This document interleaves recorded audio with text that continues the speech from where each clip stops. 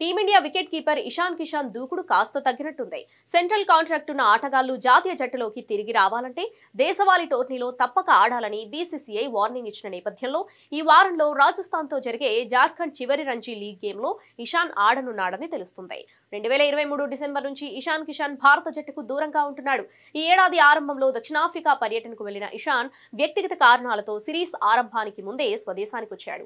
అప్పటి నుంచి BCCI team management తో టచ్ లో లేడు. స్వదేశంలో ఇంగ్లాండ్ తో 5 మ్యాచ్ల టెస్ట్ సిరీస్ కు ఇషాన్ అందుబాటులో ఉంటాడనుకున్నా అది జరగలేదు. 2 నెలలకు పైగా ఎలాంటి క్రికెట్ ఆడని అతన్ని నేరుగా తుది జట్టులోకి తీసుకోలేమని ద్రావిడ్ పేర్కొన్నాడు.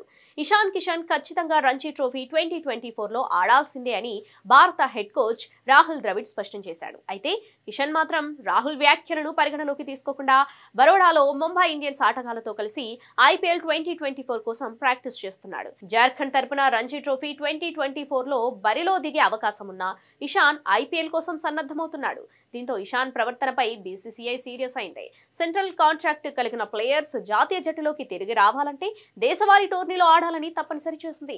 జాతీయ జట్టు సభ్యులకు ఎన్సీఏలో ఉన్న ఆటగాళ్లకు ఇందుకు మినహాయింపు ఉందని పేర్కొంది. బీసీసీఐ ప్రకటన పరోక్షంగా తనను ఉద్దేశించి అని గ్రహించిన ఇషాన్ ఎట్టకేలకు దిగొచ్చాడు. ఐపీఎల్ 2024 కు ముందు దేశవాళీ టోర్నీలో ఆడకుంటే సెంట్రల్ కాంట్రాక్ట్ రద్దవుతుందని ఇషాన్ భయపడ్డాడట.